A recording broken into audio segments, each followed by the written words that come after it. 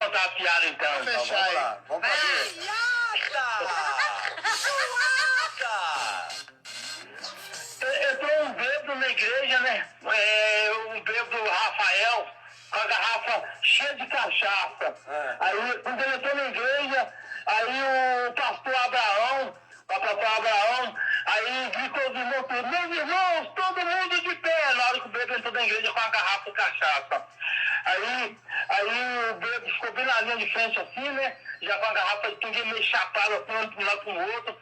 Aí o pastor falou assim: ô meu irmão, o negócio é o seguinte, quem for continuar bebendo, fica de pé. Quem for parar de beber, senta. Aí os irmãos tudo sentou, só ficou o bêbado com a garrafa de cachaça na mão. Aí o bêbado olhou para um lado, olhou, todo mundo sentado. Aí o bêbado falou assim: pastor, pastor, eu já vi que só nós dois vamos continuar bebendo.